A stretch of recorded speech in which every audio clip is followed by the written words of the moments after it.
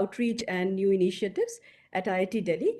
And on behalf of all my colleagues and students, a quick welcome to all of you. My job here today is to introduce some colleagues who would, under normal circumstances, assemble at one venue along with the speaker, but who currently are dispersed in different locations due to the prevailing conditions. So what I'll do over the next 10 or so minutes is call upon them one by one and ask them to say a few words about the institute, the speaker, and the lecture. And after all these short intros are done, we will focus entirely on our speaker for the day, Professor Prasad, and his session will be moderated by Professor Soumik Siddhanta of the Department of Chemistry. So first of all, let me invite Professor Shantanu Roy, who is the Dean of Academics and also the chair of the Institute Lecture Committee, for a formal welcome. Professor Roy. Thank you, Professor Pratachandra, and welcome to everybody this evening for our first Institute lecture for the year. And so Happy New Year to everybody, and welcome to this lecture. And no better way to start this Institute lecture series for the year than to have somebody as eminent as Professor Prasad to give the inaugural lecture. Of course, he's visiting IIT Delhi, and that's a great pleasure to host him here. And he's also going to be talking about areas that many departments and many professors and students here are directly interested in. It directly overlaps with their area of work. So welcome, Professor Prasad. Welcome to this first Institute lecture. We look forward to hearing you. And welcome to all everybody who's attending here. Thank you very much, Prasad. Okay, so I'll now request Professor Ramgopal Rao, the Director of IIT Delhi, to address the audience here. Yeah, thank you very much, Professor Preeta. Thank you, Professor Prasad, for visiting us under the Vajra scheme. In fact, I also happen to be on the Vajra committee. So let me tell you that Vajra is indeed a program launched by Honorable Prime Minister of India during the 14th Pravas Bharatiya Divas in Bangalore in 2017. Vajra stands for Visiting Advanced Joint Research. Under that, the idea is to have non-resident Indians to come and connect with academic institutions, develop collaborations, and work together on areas of interest. And it's operated by the Department of Science and Technology. Of course, SERB manages it on behalf of the Department of Science and Technology. So I think you have been here with us for close to a month, and you have been meeting with many of us, including faculty, in various departments. And I understand there are multiple collaborations that you have already in a way formed, and which you will continue to take forward. And now you are also in a way an adjunct faculty member at IIT Delhi. So I think this relationship will continue. So whatever Vajra stands for, I think it's perfectly fulfilled in your case, and that is what Vajra is meant for. And we look forward to having more collaborations with you, with your group, and even with the SUNY Buffalo. When with Buffalo, there are many visits we have had from the university, and we are also looking forward to having a closer ties between IIT Delhi and Buffalo. I think that's also something that I'm sure will happen in due course of time. Also at IIT Delhi, we have a very new Optics and Photonics Center. Now you are a world-renowned expert on photonics, and I think your association with the Optics and Photonics Center, in addition to, of course, the chemistry and other departments, is also very welcome. And I'm also told that many of our faculty in the Optics and Photonics Center are already in touch with you, and I think we will also see how to take forward some of those discussions. So thank you, Professor Prasad, for taking time to visit us despite all the disturbances because of COVID and everything. You have still come here, stayed with us, interacted with the faculty, and I think we can't thank you enough for that. Thank you. Thank you, Professor Rao. So all nominations for institute lectures come from our academic units, and we are very happy to have Professor Narayanan Kurur, the head of the Department of Chemistry, which Professor Prasad is currently visiting under the Vajra scheme. So Professor Kurur, can I now request you to introduce the speaker? Thank you, Pratha.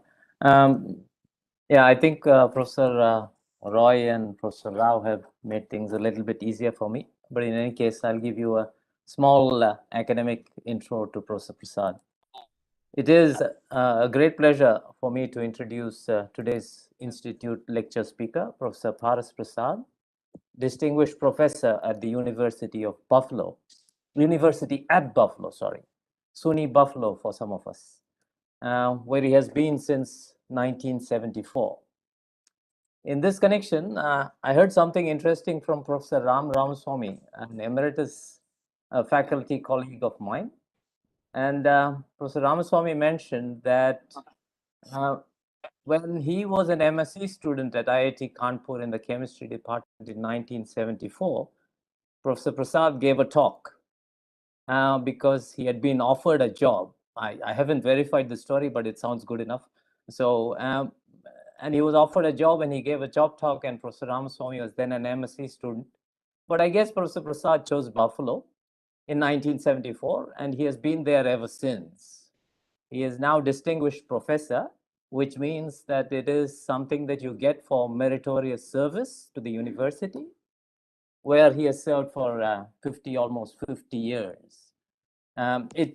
This professorship cuts across departments. It's not restricted, although he is, I think, originally in chemistry. It cuts across departments.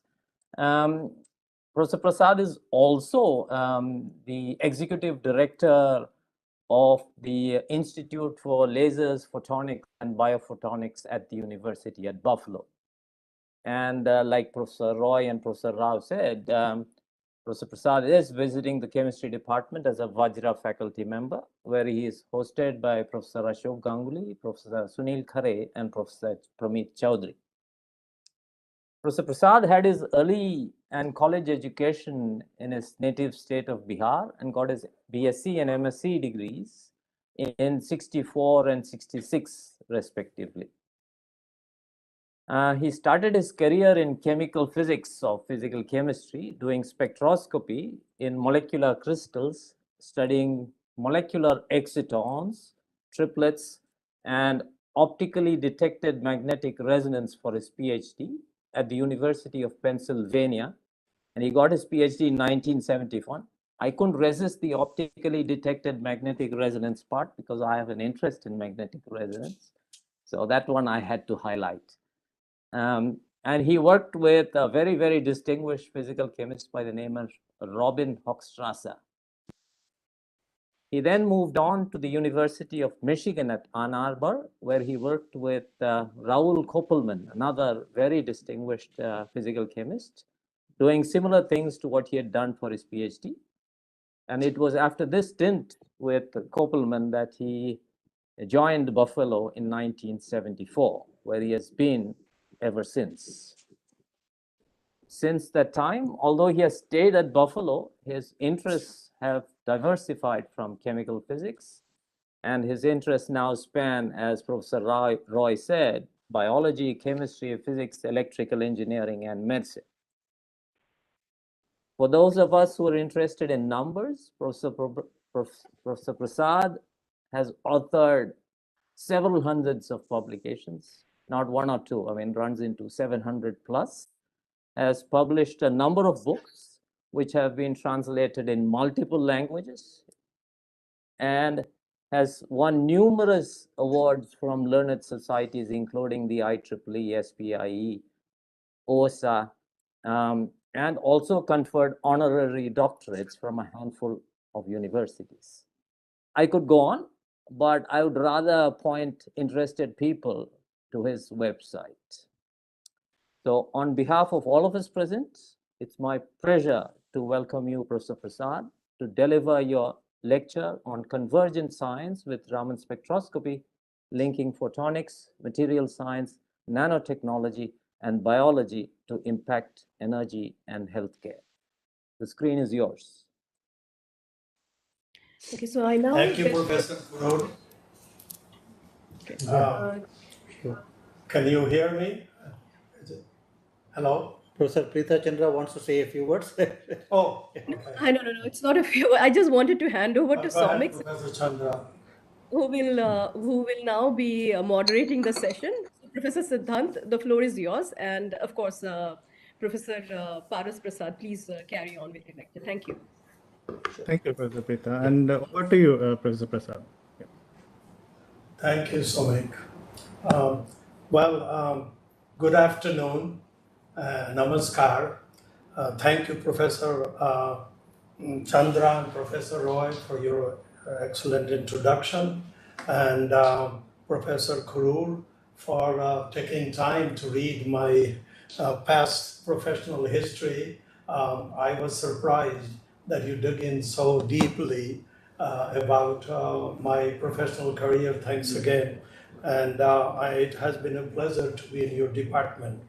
I want to start by thanking Professor Ram Gopal Rao for his support and encouragement. And I want to assure him that I'm fully committed as a Vajra professor, as he said, as adjunct professor, to bringing many benefits to IIT Delhi.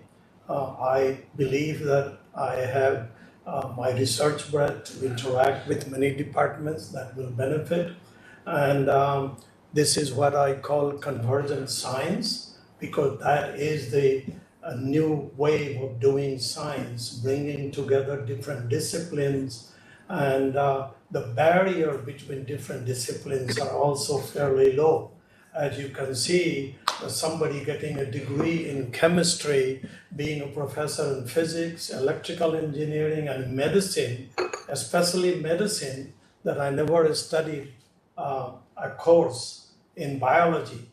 So convergent science is an important way to do science to bring in a high impact. And Raman Spectroscopy, a heritage that we are all very proud of, has really advanced because of convergent science.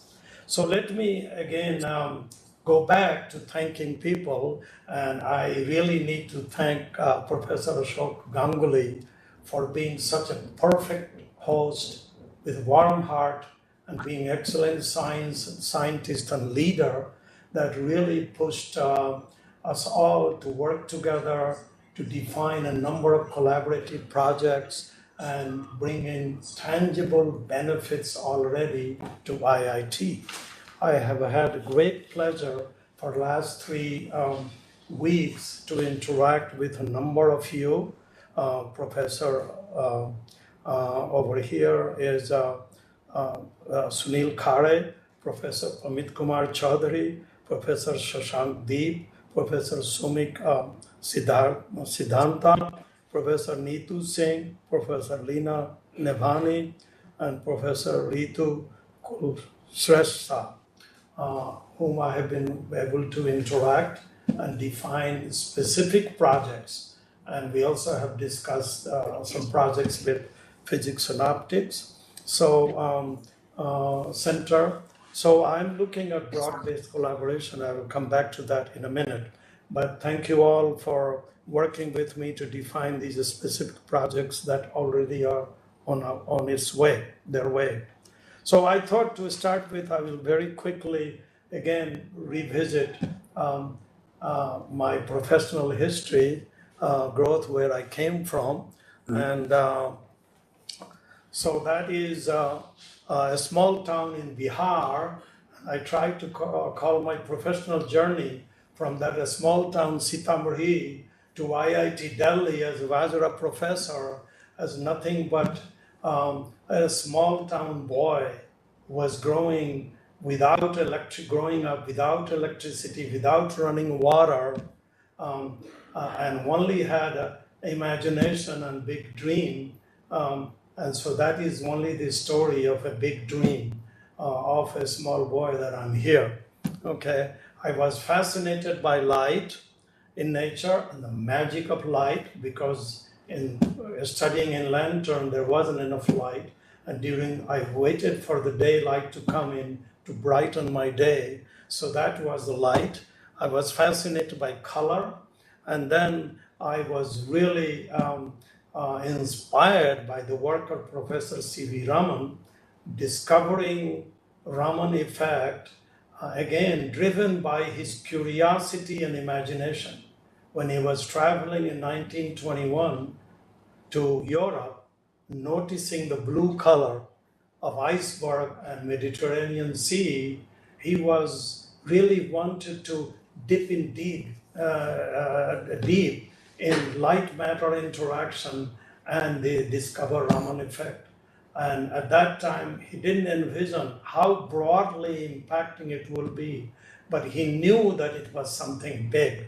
And as you will see, that is broadly impacting. So anyway, as you know, that is February 21 is the one, which, or 28. 28 is the day of Raman Discovery, and we celebrate that day. But I think the Raman effect is for all times. So we are celebrating it today as well. Okay, so let me tell you a little bit about the Institute for Photonics, Laser Photonics and Biophotonics, abbreviated as ILPB. We are committed to bringing in convergence of science. And here I'm talking about Raman Spectroscopy, forming a core that interacts with photonics, chemistry, and of materials, and materials science and engineering, nanotechnology, physics of interactions at molecular and intermolecular level, and application to biomedical engineering. It binds us all together. I want to give you some quick example of that. So we truly believe in that, and I think IIT is well poised to advance this kind of convergent science research program by bringing its really multi-talented faculties in different departments. Science without border, that's another thing, that in order to really address also high societal challenges that globally we face, we need to work together as scientists, as in world scientists, as one community. And so we have collaboration with many countries, Europe, Asia, and Latin America, and other countries, and they're listed over here. And India's collaboration is now going to be expanding. The other part is industry academia partnership, which is very important because once you do discovery invention, you need to work hard to actually innovate and translate it to industry for the benefit of society. So we work over here. In this case, we have a partnership in Raman Spectroscopy with Thermo Fisher, where we combine hardware and software for biomolecular component analysis for medical application. I'll give you an example of that. The last one is that in addition to working with this, you could also venture out to be entrepreneur. And if you believe in your inventions, push it to the extreme. Try to form spin-off companies or do efficient work towards technology transfer for licensing. So these are the things that we have done successfully, and we would advocate over here as well. The next one, please. Oh, let me go here. Okay, so areas of potential collaboration with IIT Delhi, I see numerous. I'm looking at nanochemistry and nanomaterials. That has been a good start. Photonics and nanophotonics, using the Raman spectroscopy and other kinds of nonlinear spectroscopy, microscopy. Then biology and nanomedicine with your faculty in biomedical engineering and biology and biochemistry will be good. Artificial intelligence and machine learning is another area we'd like to push. The major thrust areas at our institute is starting for advanced nanomaterials, the multifunctionalities. These materials can be engineered to really manipulate light matter interaction in nanoscale and molecular scale, and particularly nonlinear optics, where many photons can interact with material at one time, and then apply it to biophotonics, light activated medical diagnostics and therapy, apply that to solar energy and nanomedicine, and another class of material, metamaterials, which are artificially engineered material for sensor technology and nanomedicine. So these are the things that we do, and we look forward to exploring further collaboration while I'm still here for a few days. Next one. Oh, I keep on saying next one. So what I see as my expanded role at IIT, a new collaborative research programs in new frontier areas which can make high societal impact. Actually, 6 projects by now are already being developed. Okay, so that is a great tribute to your faculty, Professor Ram Gopal Rao, that they came forward and discuss this collaboration advanced. The other one is being co-advisor to many of the postgraduate students, and we are discussing that. Explore joint postgraduate degree program, and discussion is underway, and we are hoping to have a delegation from here in May or June to really have in-depth discussion along that line. The other one is through extensive network of collaboration with Brazil, China, and Russia, and South Africa now. We want to help you initiate new collaboration under the BRICS funding program. We already did that in the workshop that we had, where there were 5 countries represented giving talks. Provide mentorship to junior faculty. I'm committed to that. I have done it all along. And I would like to encourage industrial partnership and technology transfer. That's something we can talk about. Okay. So let's look at Raman spectroscopy applications. As I said, there are very few discoveries of 20th century that has such a profound effect in so many areas of science and technology. And here I've given the spectrum, a diverse spectrum of its application, from biology and healthcare, chemistry and materials research, agriculture and plant science, industrial control, materials control on this, pharmaceutical drug screening, astronomy and defense and security. And again, this is another pleasure that we are now paying tribute to Raman spectroscopy by engaging in writing a joint review that is under preparation, where we're working with a team over here to write this review. Okay, so let's look at evolution of Raman spectroscopy. It really what is contributing from the discovery of Raman effect, which is fascinating. Raman effect was discovered by Professor Raman using mercury lamp and a very simple spectrograph. Okay, and it at that time was a major task to just get Raman spectrum, the scattering. Okay, but now we are using it in many applications, and this has been made by many advantages. One advances it. So one of them is a spectrometer. As we saw, original instrument, very simple, and that illustrates that if you have imagination and creativity, you don't need very sophisticated setups and expensive instrumentation to make a major discovery and invention, as it was done. So then from there, one of the issues to address was that this scattered photon is very low in intensity. So we need to filter out the background, strong light, and then was a double monochromator with 2 gratings and so on, big instrument. From there evolved handheld Raman system when we made holographic gratings. Okay, so that was miniaturization, a very important step, because then you can do on-site, in-field analysis as well. Okay, then we moved that to confocal Raman microscope. So we can look at submicron domains and map out the distribution of Raman spectrum in a given sample to chemical analysis or materials analysis. The second one was light source. Light source, we needed a strong light source, and we moved from mercury lamp to argon ion laser. When the lasers invented in intense narrow beam to create a very high photon flux that can give you a larger number of a scattered signal. And that was big unit. And then from there we moved to solid state laser, very small miniaturized laser, and from there to diode laser. So again, miniaturization and microscopic study is one important one. Then finally detector, we have photographic plate, we moved from that photomultiplier, cooled photomultiplier, and now we are looking at charge coupled devices so that we can get in one shot big number of spectral features.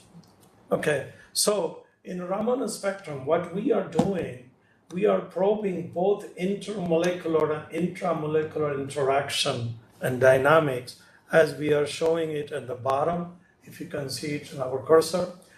So we are probing both intermolecular and intramolecular interactions that manifest as vibrational modes. So we are looking at, on the top, if we look at intermolecular modes or interatomic modes in lattices, that give rise to lattice phonon modes.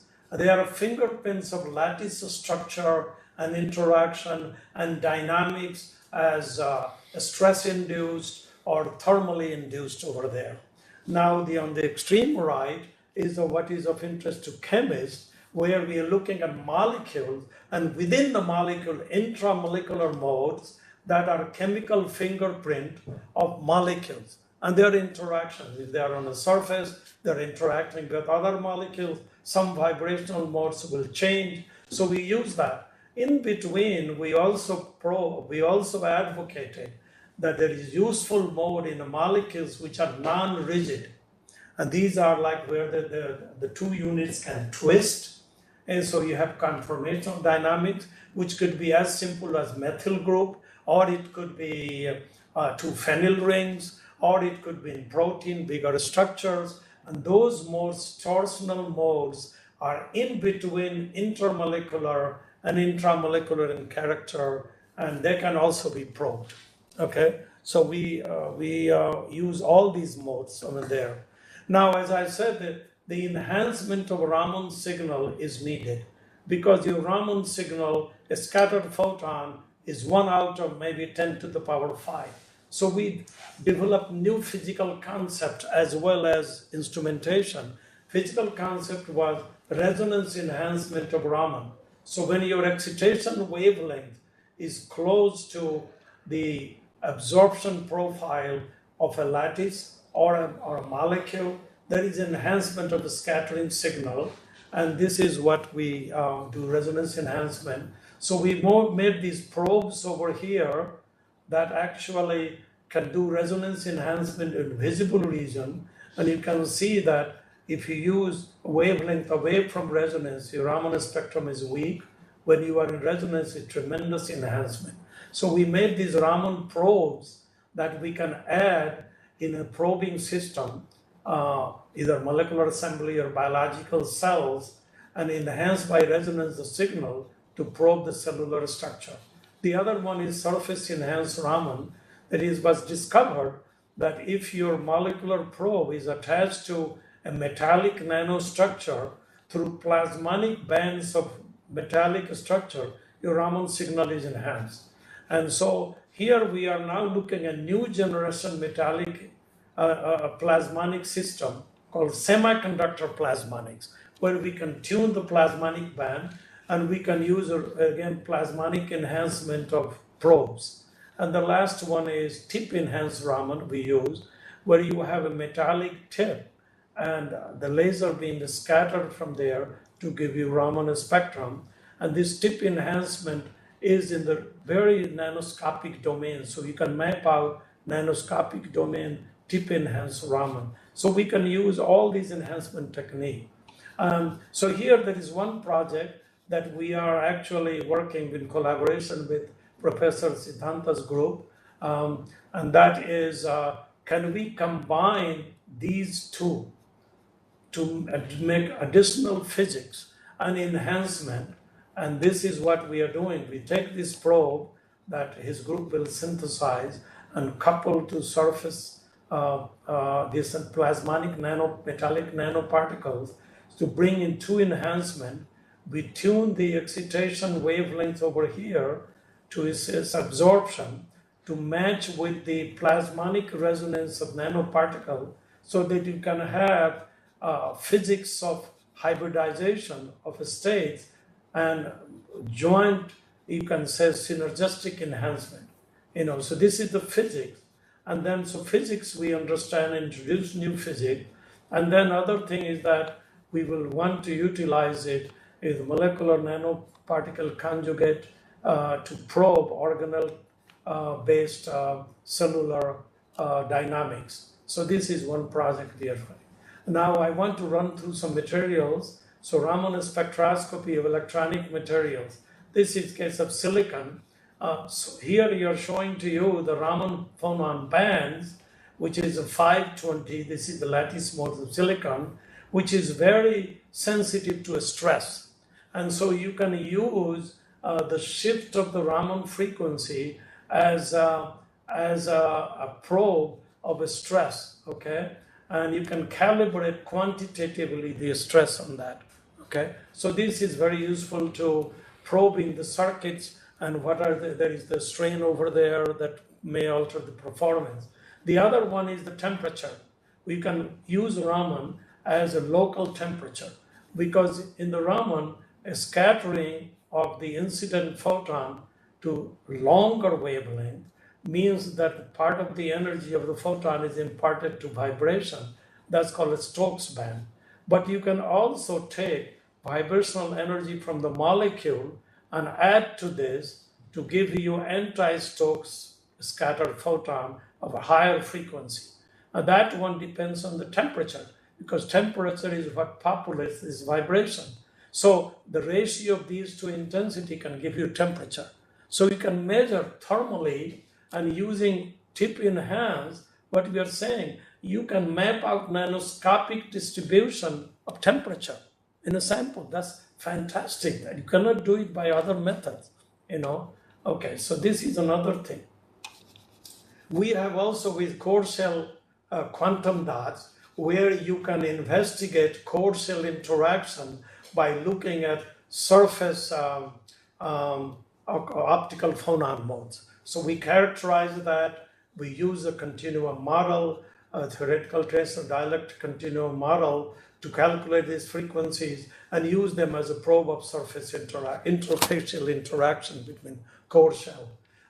Another one we have applied to investigating phonon dynamics in systems that we are working on, and this is our major platform. We call it optical nanotransformers, where we can have designed rare earth doped nanocrystals, fluoride lattice nanocrystals that actually can undergo under 980 near IR excitation multiple photon transitions to emit up-converted photons of higher energy. So it up-converts near IR light to visible light or UV light, and that kind of thing can be used for many applications in energy and in biology where you want to penetrate this near IR light deeper inside the material, and on site where there are nanotransformers present, you convert it to higher energy that you need for light activation. So we have made these, and the bottom part is the reverse of it. So here, and for example, here we are using application of it in energy, where we are looking the IR photon with nanotransformer, we transport to visible, where silicon can absorb, silicon does not absorb this, and add value to our solar panel. So one important part of consideration is that for climbing up this and really emitting, is that these intermediate levels do not relax fast. They relax very slowly so that you have time for conversion. Non-radiative process. A non-radiative process, the major process is phonon. Phonon relaxation is what contributes over there to relaxation of levels, energy, excess energy being dropped in phonon. So what we want to do is use the physics of multi-phonon relaxation. And it says that in order to reduce, your phonons should be of lower frequency, as low as you can have in the lattice. So here, what we did, we did a Raman spectrum of two different lattices. One is sodium yttrium fluoride, the other one is sodium yttrium oxide fluoride. And we showed to you that oxide, the red, has a higher frequency phonon. Fluoride in the black has a lower frequency. So obviously we want to choose this one as a lattice for more efficient of conversion. And that's why we are using sodium ethyl fluoride. So the phonon dynamics has been proved by Raman. Here we are looking at a complex system where we have multiple energy transfer from organic antenna to a shell of neodymium to ytterbium to up converter thulium that converts light from near IR to blue. And we are probing this interaction among different units from here to here by Raman Spectroscopy. And so that's another area.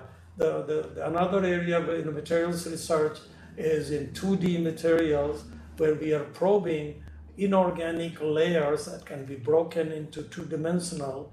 It could be perovskite or molybdenum disulfide, which is called transition metal dichalcozonide. And our emphasis is to use conjugated organic structures as linkers. So you have modulating interaction through this. We can make quantum materials, and we can utilize them for optoelectronics, photovoltaics, biophotonics, and other. Here we have already started collaboration with Leena Nevani and Professor Ganguly. Professor Nevani working on these linkers, Professor Ganguly in these 2D materials, and now we are also trying to discuss with Professor Joseph about looking at optical interaction, photonic interaction. Another one we're applying Raman is chiral media, which we call chiral photonics, where both electric magnetic dipoles interact.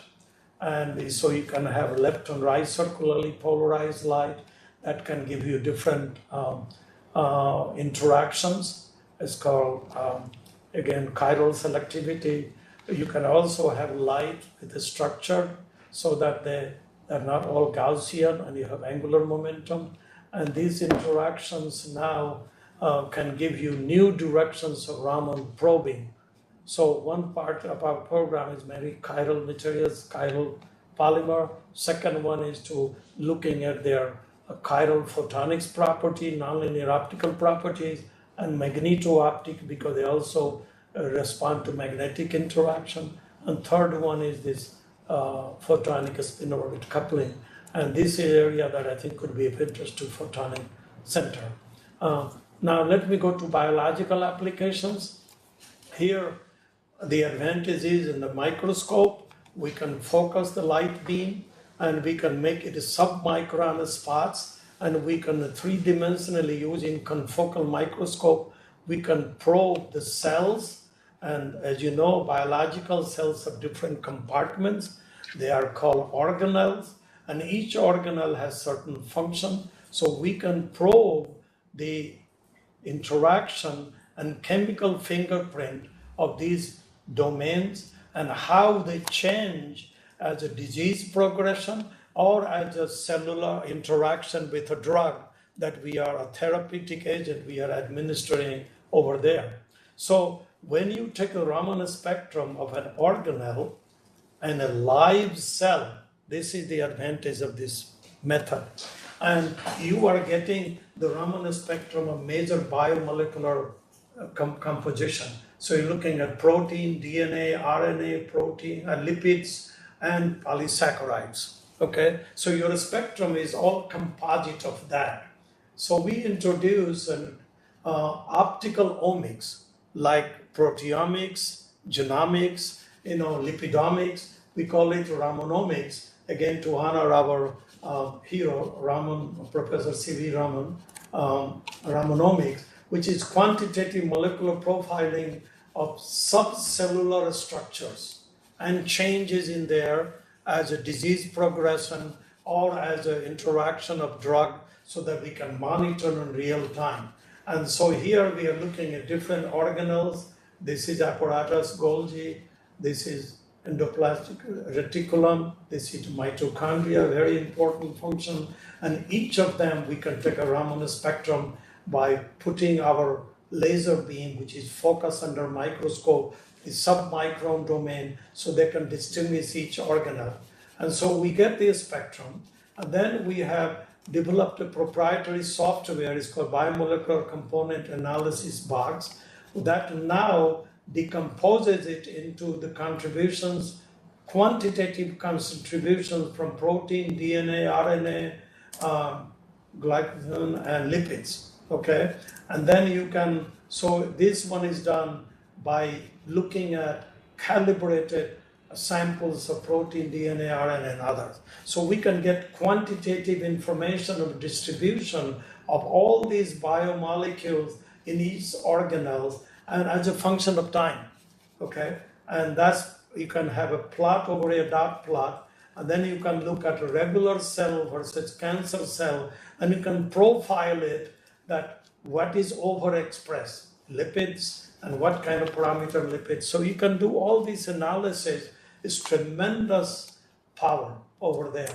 So here is a quantitative insight into cellular heterogeneities, how different cells differ from each other, and how the different organelles of a regular cell as opposed to different cancer cells vary. So you can profile protein, total protein concentration, total glycogen, lipids, another kind of lipids, cholesterol, unsaturation parameter, ratio saturated to the unsaturated lipids, ratio of trans, all these you can do by BCA analysis, and that generates a lot of data, different cells, different organelles, right, and different biomolecular species.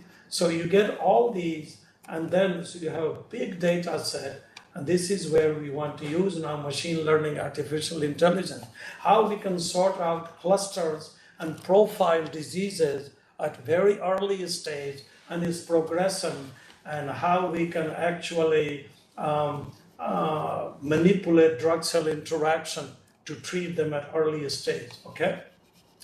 The other scattering that we use is CARS, Coherent Antistop Raman scattering.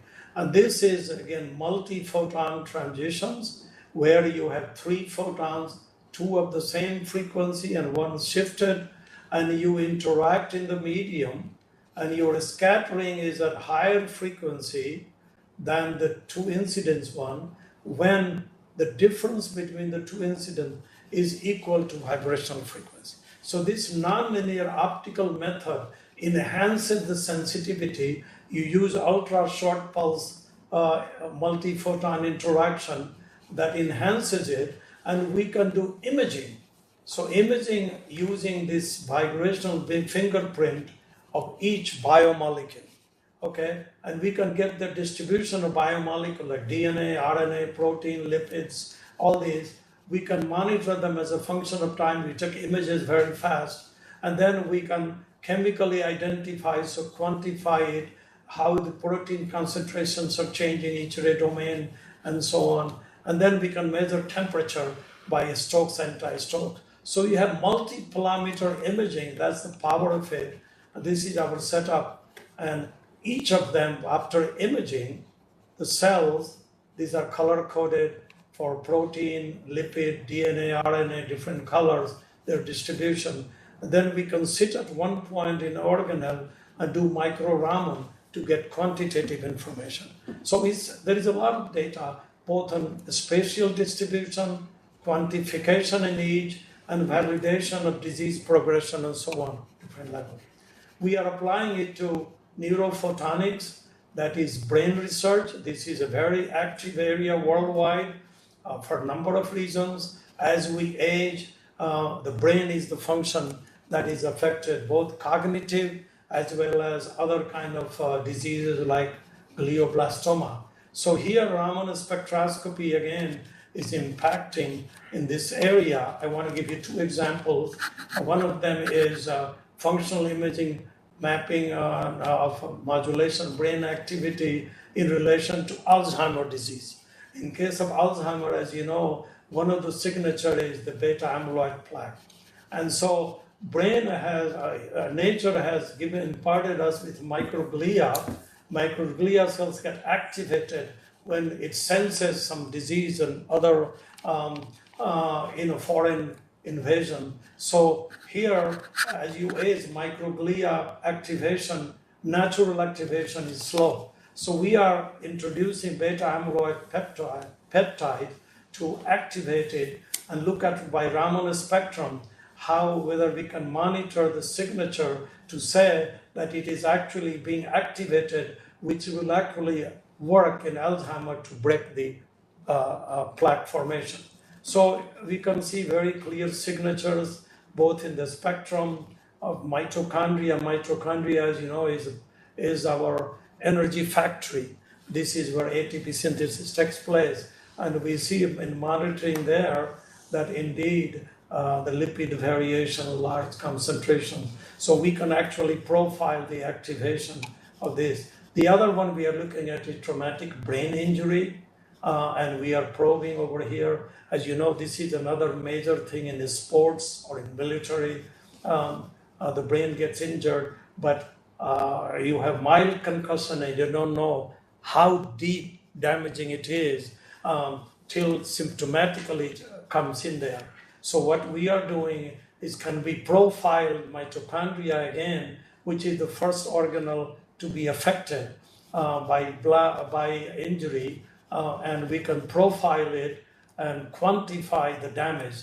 And again, we're showing over here by that, as well as microRNA, as well as CARS imaging, that indeed we can actually demonstrate blast injury and slight decrease in signal from cellular lipids and slight decrease in signal from cellular protein. Both of them are underexpressed, suggesting blast injury affects distribution of intracellular lipids and proteins. So we are very excited about it. Now, these are some other projects in Ramanomics that we already have initiated. First one is understanding the connection between aggregation of these proteins, SOD1 and fused protein, and its relation to ALS disease pathology, how we can inhibit through polyphenol. This project in collaboration with the team of Professor Shamdeep, who is coordinating, leading it, Professor Somik Siddhanta, Professor Pramit Kumar Chaudhary, Professor Ashok Ganguly. So we already have defined it and we have strategized it. It's on its way. Isolation, characterization, I wouldn't read it, but these are the steps already taken. Second one over here listed is targeted microRNA therapy for glioblastoma, again, brain disease. This is in collaboration with Shastra and Professor Kare, Professor Ganguly, myself over here involved synthesis characterization, a new kind of nanostructure. This is this enzyme-based nanoflowers that Professor Kare's group discovered, and we are using that with upconversion nanoparticle for tracking inclusion of chemotherapeutic agent, targeting group, and anti-microRNA that come from Shrestha's innovation. So again, we are testing the ability to cross blood-brain barrier and so on. The last one is SIRS, active silver nanoprobe for cancer biomarker detection. This is Professor Neetu Singh and Professor Sumik Siddhanta. Plan a unique strategy to address major limitation of biomarker in monitoring tumor progression. And here she is developing silk embedded silver carbon nanocluster that will enable further enhance SIRS Raman signal for probing tumor progression, differentiation, and so on. Another one is with Professor Pramit Chaudhary. I'm very close to the end. Another 10 minutes, okay, or 5 minutes.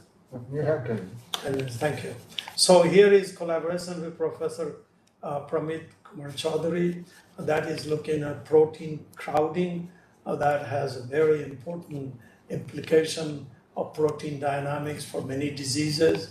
And here we are looking at, again, developing Raman probe-based substrate for in-cell monitoring, again, single cell level, live cell, developing Raman markers for probing local protein crowding concentration gradient in this. Again, I want to emphasize that all these methods using Ramanomics uses live cell.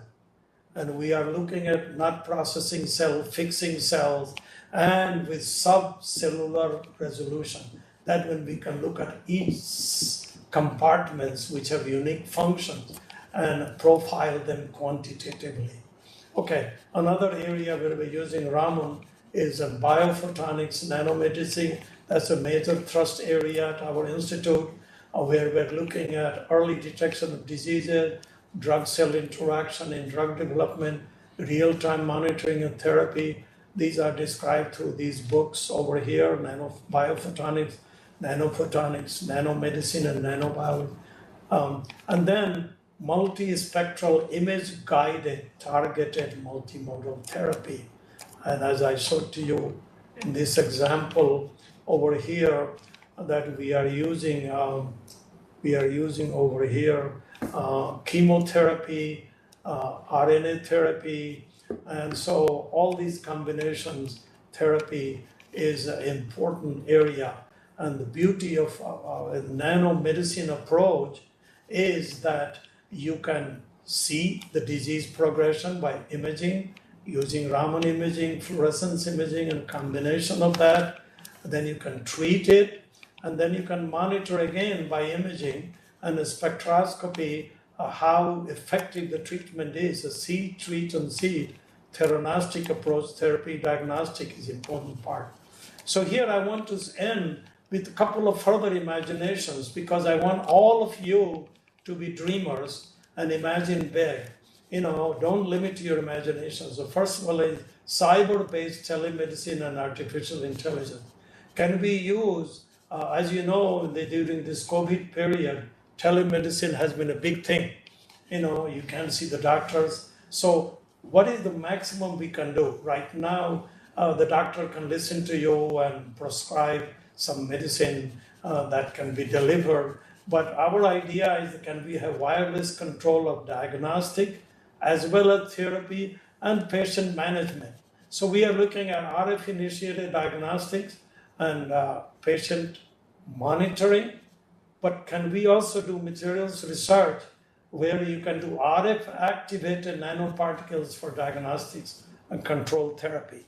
This is a challenge for material scientists and as well as for people in chemistry and physics. Okay, wireless control of robotic surgery. Again, you do remote control, cyber security protocols, wireless data collection and processing, management of patient information. So artificial intelligence is poised to play a major role because we have a large database. We couple human intelligence with artificial intelligence, and we can make predictive diagnostic modeling, prognostic modeling. We can make decisions in preventive and personalized medicine. Okay, next one is, again, imagining, can we quantify and enhance cognitive state of mind? That's creating human-machine interface. So somebody might say, well, are we talking, we're making superhuman, like Superman and so on? Yes, one can think of it, but right now we're talking about how we can improve on the challenge of cognitive dysfunction at elderly patients. And the second one is how we can say also treat, let's say, for example, we are looking at, in embryonic stage, we are looking at maybe cognitive impairment, which, that can happen. So here again, idea is that we can actually do over here assessment by optical imaging, like imaging through the brain. We are developing functional brain imaging, using also magneto-optic we are developing, where we can map out optically the magnetic field due to brain waves. And then we can stimulate using RNA therapy or this optogenetics, that is light, to activate neurons and combine this. So we have assessment and diagnostic and then therapy to enhance cognitive state that we can enhance. The last one is even bigger dream, that can we live for 1,000 years. We always search for fountain of youth, but here through chemistry, we can make nanostructures, and using biological and physical principle, we can use light for rejuvenation therapy, removing free radicals, heavy metals, neurological repairs, growth hormones, stem cell therapy, tissue engineering, a combination of all these, making us as good as new. So health, wellness, and longevity is what is the dream. I want to leave a couple of thoughts. One of them is really I want to emphasize and encourage the students to be bold and look into convergent science as their research, an era of great opportunities I see to impact on society. And I'd welcome for studies and research. I would also welcome them for study and research at our institute, graduate studies as well as postdoctoral training. I want to leave some suggestion. I want you to aim high, imagine big, think outside of the box, be a dreamer and dream big. Believe in yourself, be persistent. Do not be discouraged by failure. Try to work on high societal impact problem which can make a difference. Do not just focus on getting a degree or writing thesis, publishing paper. Do not be afraid to reach across disciplines and form a strategic collaboration with other disciplines. Do not work in isolation. Talk to your student colleague in physics. If you're a chemist or biologist, talk to chemists, physicists, and others. For faculty over here in general, I would really like you to be more bold in advancing the frontier of high societal impact, which means interdisciplinary, intra-institutional interaction. Look at the big picture. Please do not think whether you'd be first author or last author or corresponding author. Just think of it in long range, it will pay off. Okay, inter-institutional collaboration to advance new areas. Go beyond the comfort zone. Don't just try to limit where you are. Develop global collaboration. This will increase your international recognition, and I would help you connect. I would help you try to get to speak in international conferences. I'm committed to that. Enhance publication of high impact journals, aim high. Okay, I want to again thank our UV team, many of them MDs, outside collaboration over here with many countries and funding agency. And again, it's a very good start, and I'm very happy with already onset of this collaboration over here. And I want to thank you very much for this opportunity to speak to you. Thank you. Thank you. Dhanyavad. Thank you. Thank you. Thank you, Professor Prasad, for such an inspiring and stimulating lecture. I'm sure your words will definitely motivate and inspire all the young students and researchers who are attending this lecture. So now the floor is open for questions from audience, and you are welcome to type in your questions in the chat box. And I'll also take questions from WebEx as well as from YouTube, where this lecture is being live streamed right now. So Professor Prasad, can we take a few questions now? Of course, I'm happy to. Okay. So the first question comes from Nidhi Kumari. So her question is, in Ramanomics, how do you select lasers without damaging the fragile cell organelles? Okay, that's a very good point. And again, I have given several lectures over here, and I try to avoid duplication.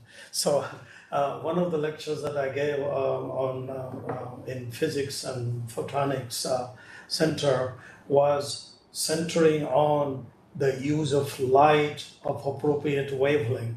So it's very important that you choose the light excitation wavelength for Ramanomics that does not really damage the cell, first of all. So the cellular components that don't absorb at that wavelength.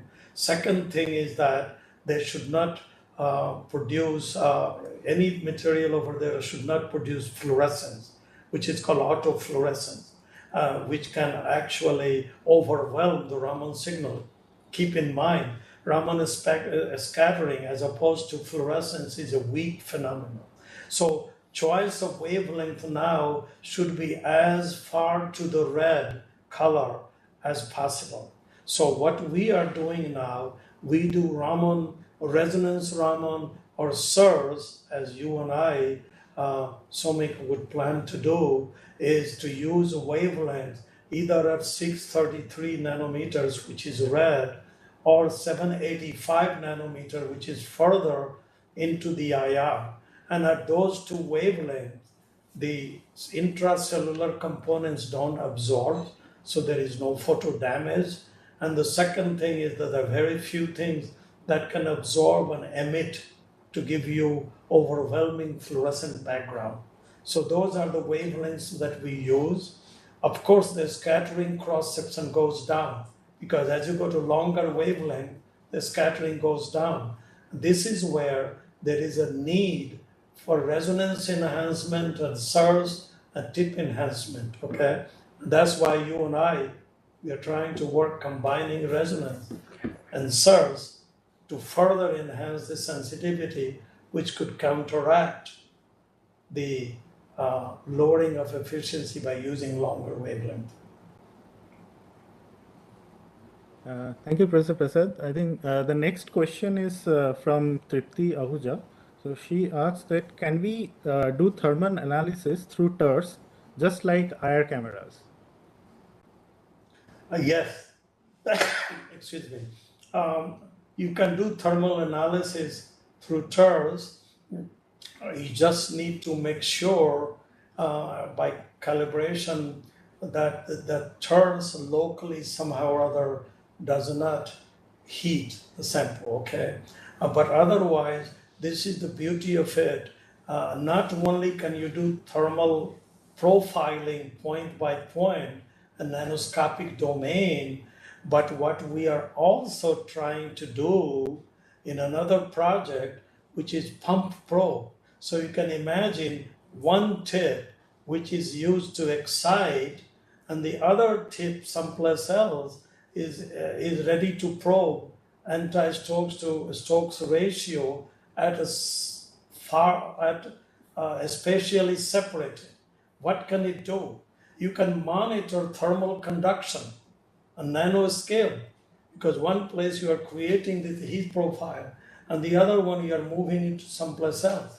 So, you can get a lot of thermal information, and it doesn't just go to materials, but also in cells. You can look at it if different organelles are at different temperature as a function of disease. Depending on disease, what is the primary organelle source which it affects? It may affect metabolism over there, and the temperature over there may be different local temperature from other. So this gives you a really very powerful tool to look at thermal properties. Okay. So a related question, again related to TERS from Ashish. So he wants to know, which one will be better, TERS or SIRS from sharp nanostructures such as gold nanostars? Which one will have better performance? Well, the two are different in nature. TERS is non-invasive. You are not putting any nanoparticles inside the cell for enhancement, right? You are moving the tip and doing this measurement, okay? So in a way, it may be more appealing. On the other hand, using SIRS and using the biological probe attached to that, you can actually, in a more than just a structural imaging, you can do actually functional imaging. You can modulate the metabolic pathways of different organelle, and you can probe that by this. So it again, both of them have merits, and it depends on what you'd like to accomplish. And so, you know, when I was young and, you know, and I was more enthusiastic and also a little bit stubborn in pushing my ideas, I was developed this one technique and I was very excited. Oh my gosh, this technique can solve all the problems, right? And I wanted to write a proposal, focus on technique.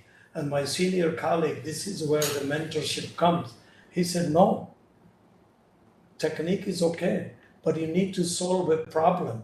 Your focus should be solving a problem, trying to find an answer that will advance a cause, not, and the technique you're developing is only for solving. So don't push the technique.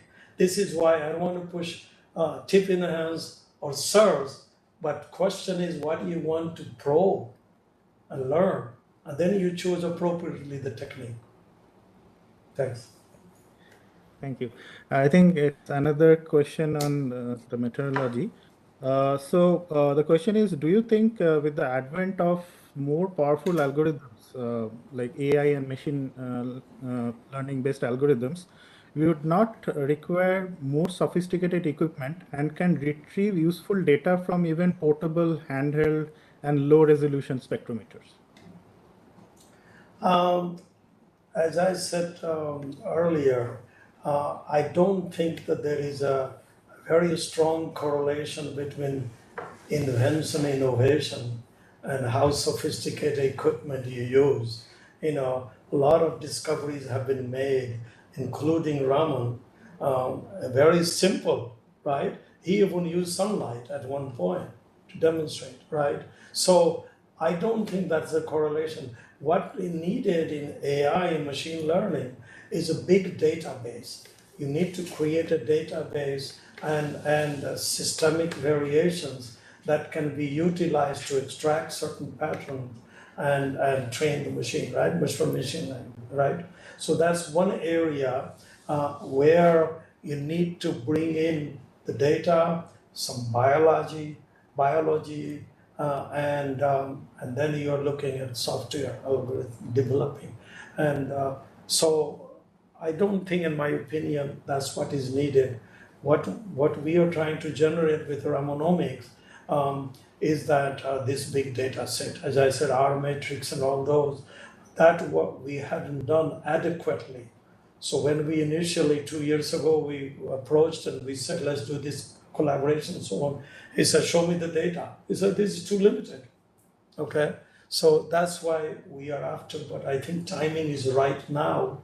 And you have an AI institute over here, and you have this direction. I'd love to explore that further collaboration between them and our AI institute at Buffalo to advance this area.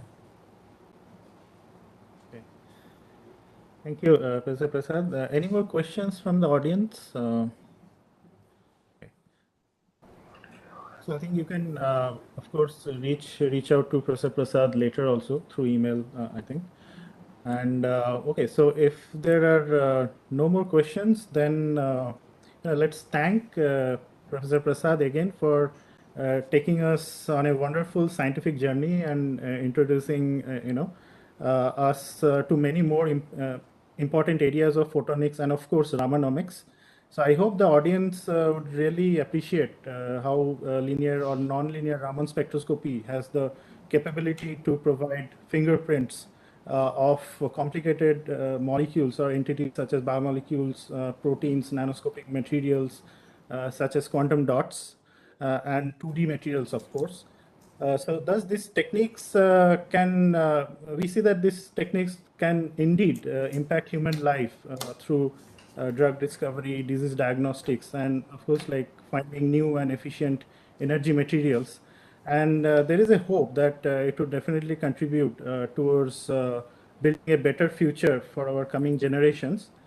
I would also like to thank the Director, Professor Rao, Dean of Academics, Professor Roy, Associate Dean, Professor Chandra, the Deputy Director, Professor Ganguly, and the Department of Chemistry and HOD, Professor Kurur, and all the supporting staff for making this lecture possible.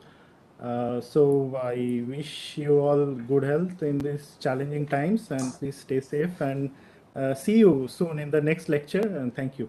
Thank you, everyone. Thank you. Thank you so much.